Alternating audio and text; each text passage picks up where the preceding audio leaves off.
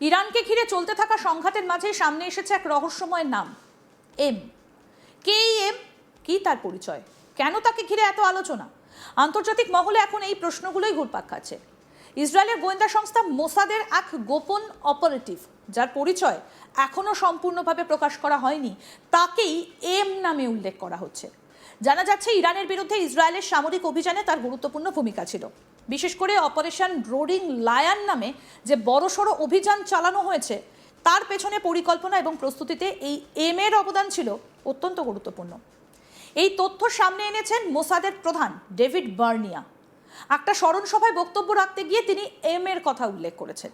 আর সেই অনুষ্ঠানটা ছিল মোসাদের শহীদদের স্মরণে আয়োজিত এক বিশেষ দিবস।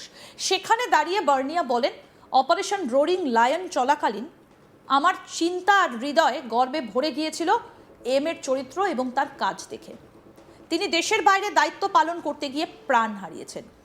তিনি আরও বলেন, এম এর নেতৃত্বে পরিচালিত অপারেশনগুলোতে ছিল সৃজনশীলতা, কৌশল এবং আধুনিক প্রযুক্তির অসাধারণ মেলবন্ধন।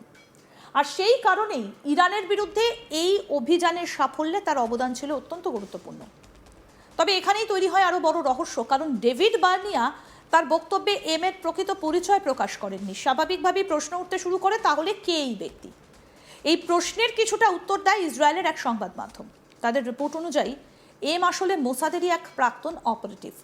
তার নাম ছিল অ্যারেজ শিমোনি।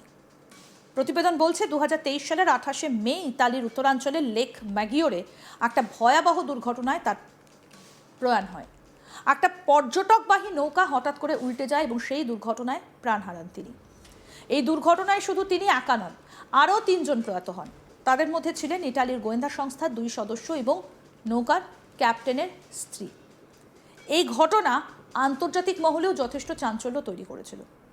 তবে এরেজ শিমোনি এর মৃত্যুর পরেও তার কাজ সম্পর্কে বিস্তারিত তথ্য প্রকাশ করা হয়নি।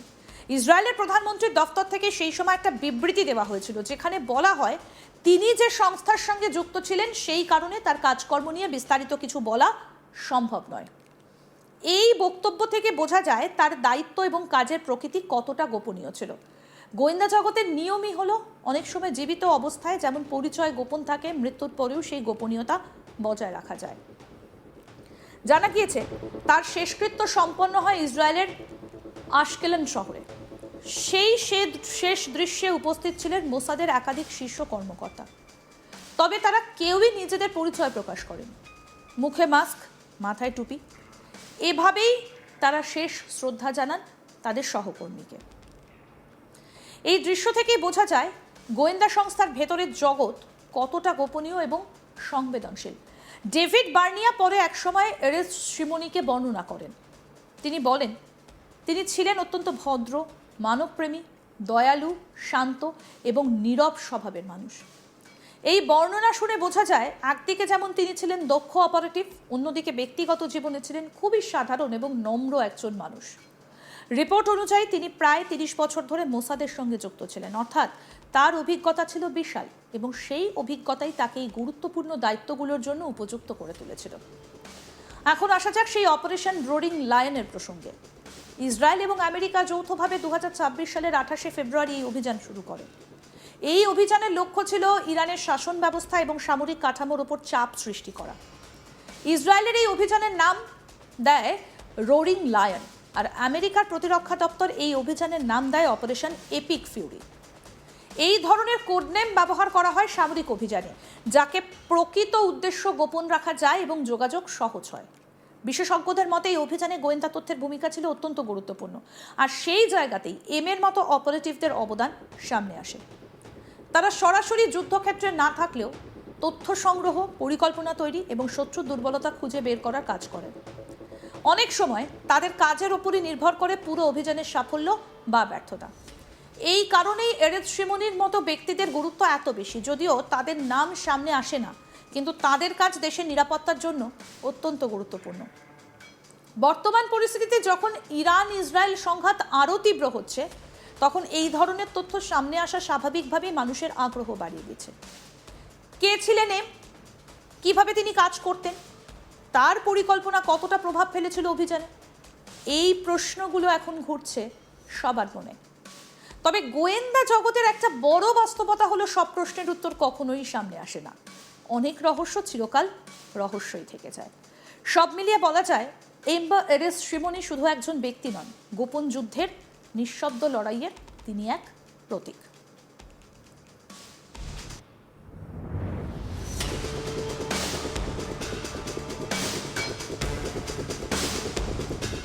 বিশ্ব রাজনীতির মঞ্চে যেখানে বড় বড় নেতাদের বক্তব্য শোনা যায়, সেখানে এই ধরনের নীরব যোদ্ধারাই অনেক সময় ইতিহাসের গতিপথ বদলে দেন।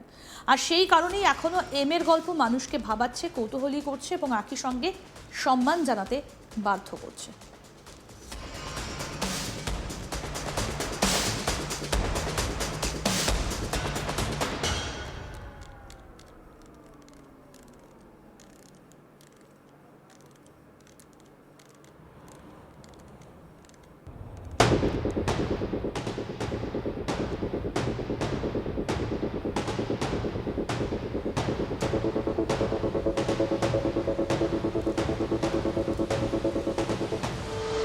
ইরানকে ঘিরে চলতে থাকা সংঘাত, আর তার মাঝেই সামনে এসেছে এই রহস্যময় নামটা এম।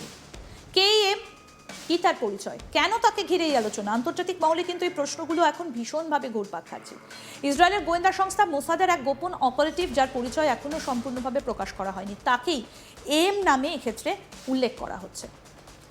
জানা যাচ্ছে ইরানের বিরুদ্ধে ইসরায়েলের সামরিক অভিযানে তার গুরুত্বপূর্ণ ভূমিকা ছিল। বিশেষ করে অপারেশন রোরিং লায়ন নামে যে বড়সড় অভিযান চালানো হয়েছে, তার পেছনে পরিকল্পনা এবং প্রস্তুতিতে এই এম এর অবদান ছিল অত্যন্ত গুরুত্বপূর্ণ। এই তথ্য সামনে এনেছেন মোসাদের প্রধান ডেভিড বার্নিয়া। একটা স্মরণসভায় বক্তব্য রাখতে গিয়ে তিনি এম এর কথা উল্লেখ করেন। সেই অনুষ্ঠানটা ছিল মোসাদের শহীদদের স্মরণে আয়োজিত এক বিশেষ দিবস। সেখানে দাঁড়িয়ে বার্নিয়া বলেন, অপারেশন রোরিং লায়ন চলাকালীন আমার চিন্তা আর হৃদয় গর্বে ভরে গিয়েছিল। এম এর চরিত্র এবং তার কাজ দেখে তিনি দেশের বাইরে দায়িত্ব পালন করতে গিয়ে প্রাণ হারিয়েছেন। আরও বলেন তিনি, এম এর নেতৃত্বে পরিচালিত অপারেশনগুলোতে ছিল সৃজনশীলতা, কৌশল এবং আধুনিক প্রযুক্তির অসাধারণ মেলবন্ধন। আর সেই কারণে ইরানের বিরুদ্ধে এই অভিযানের সাফল্যে তার অবদান ছিল অত্যন্ত গুরুত্বপূর্ণ।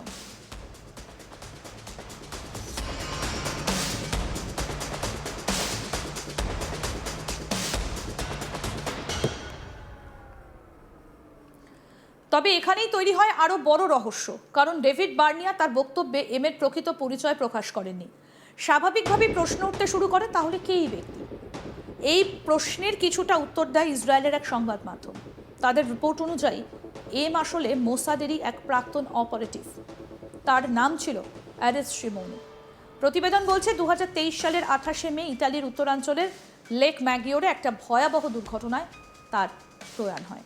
আরও আপডেট পেতে দেখতে থাকুন আজ তাক বাংলা। সাবস্ক্রাইব করুন, নোটিফিকেশন পেতে বেল বাটন অপশন প্রেস করুন।